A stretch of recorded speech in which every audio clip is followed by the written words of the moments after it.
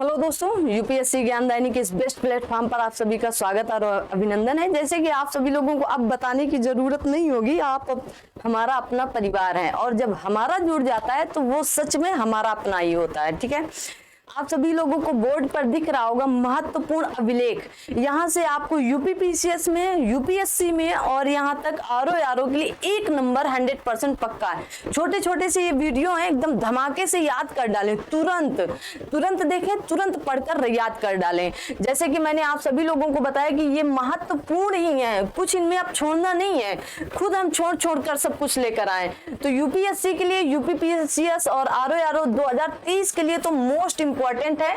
आप सभी लोग इन्हें एकदम खा पी कर बराबर कर लें और डकार ले लें। ठीक है, तो ये अभिलेख हैं आपके कि कौन सा अभिलेख किस शासक से संबंधित है और कुछ उनके विषय बता दिए गए। थोड़ा सा कभी कभी विषय पूछ लेता है इन कि इस शासक ने ये अभिलेख किया तो किस विषय से रिलेटेड बात हुई थी। तो जैसे यहाँ पर कहा गया है, पहला मैंने लिखा है यहाँ पर कि हाथी गुफा अभिलेख। क्या लिखा है मैंने? हाथी गुफा अभिलेख। देखिए यहाँ पर लिखा है हाथी गुफा अभिलेख। मैंने आगे लिखा कि शासक थे राजा खारवेल। कौन थे? राजा खारवेल। और यहाँ पर बताया कि राजा खारवेल के शासक की घटनाओं के बारे में इनका विवरण दिया गया है। तो हाथी गुफा अभिलेख को याद कैसे करना है? ट्रिक है। देखिए, जब हाथी होगा तो किसके पास होता है? राजा रजवाड़ों के पास ही होता है। तो यहाँ पर राजा खारवेल, मतलब नाम से ही लग रहा था बड़ा खारवेल वगैरह होगा, तो राजा खारवेल किस अभिलेख से? हाथी गुफा अभिलेख से रिलेटेड है। ठीक है, दूसरा मैंने यहाँ पर लिखा है जूनागढ़ अभिलेख, इसी को गिरनार अभिलेख भी कहा जाता है, जो रुद्रदामन से रिलेटेड है। किससे रिलेटेड है? रुद्रदामन। कौन शासक थे? रुद्रदामन।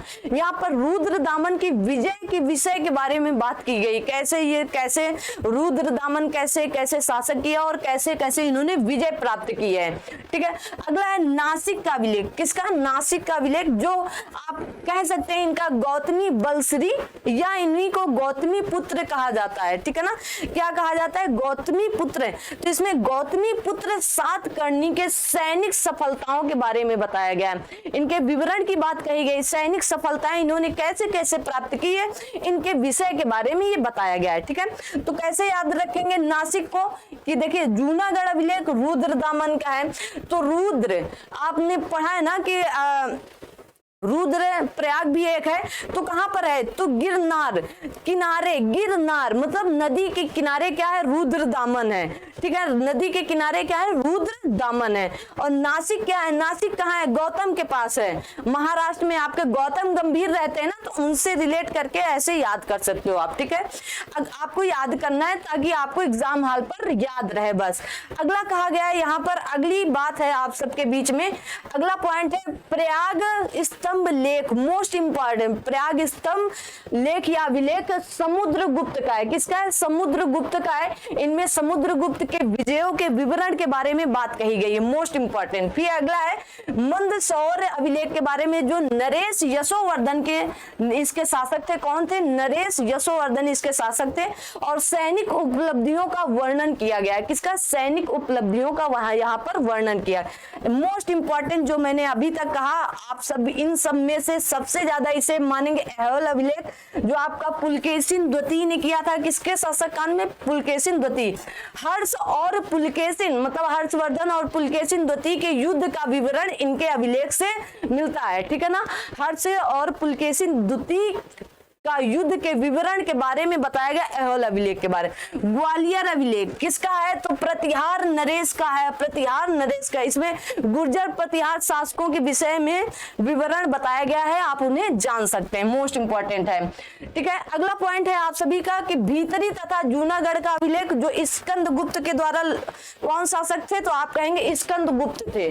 कौन थे? स्कंदगुप्त। मोस्ट इंपॉर्टेंट, लिख लो, मोस्ट इंपॉर्टेंट है भाई, एकदम रट लो कह रहे हैं। यहाँ पर गुप्त के विजय मतलब स्कंदगुप्त के जीवन की अनेक महत्वपूर्ण घटनाओं का विवरण दिया गया है।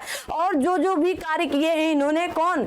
स्कंदगुप्त ने। हूणों से लड़ना स्कंदगुप्त ने। ठीक है ना, तो इस तरह उनके विषय में सब कुछ बताया गया। कहां पर, तो आप कहेंगे भीतरी के अभिलेख या जूनागढ़ का अभिलेख। ठीक है, अगला कहा गया देवगढ़ का अभिलेख।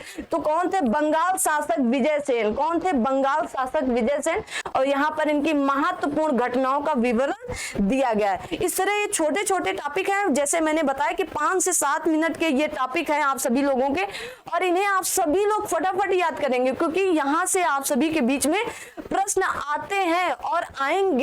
क्योंकि आप सभी लोगों को पता है अगर प्रश्न यहाँ से बनेगा तो यहीं से बनेगा। इतने ही अभिलेख हैं, बिल्कुल फटाफट याद कर ले आप सभी लोग कि महत्वपूर्ण अभिलेख कौन है। यूपीएससी, यूपीपीसीएस, आरओ के लिए तो मोस्ट इंपॉर्टेंट है। और एक प्रश्न पक्का करके जाए, अगर इतनी छोटी सी क्लास में 1 नंबर मिल रहा है तो क्या ही देखने में भेजा है। देखिए क्लासों को। थैंक यू सो मच, मिलते हैं अगली क्लास में, तब तक के लिए जय हिंद, जय भारत।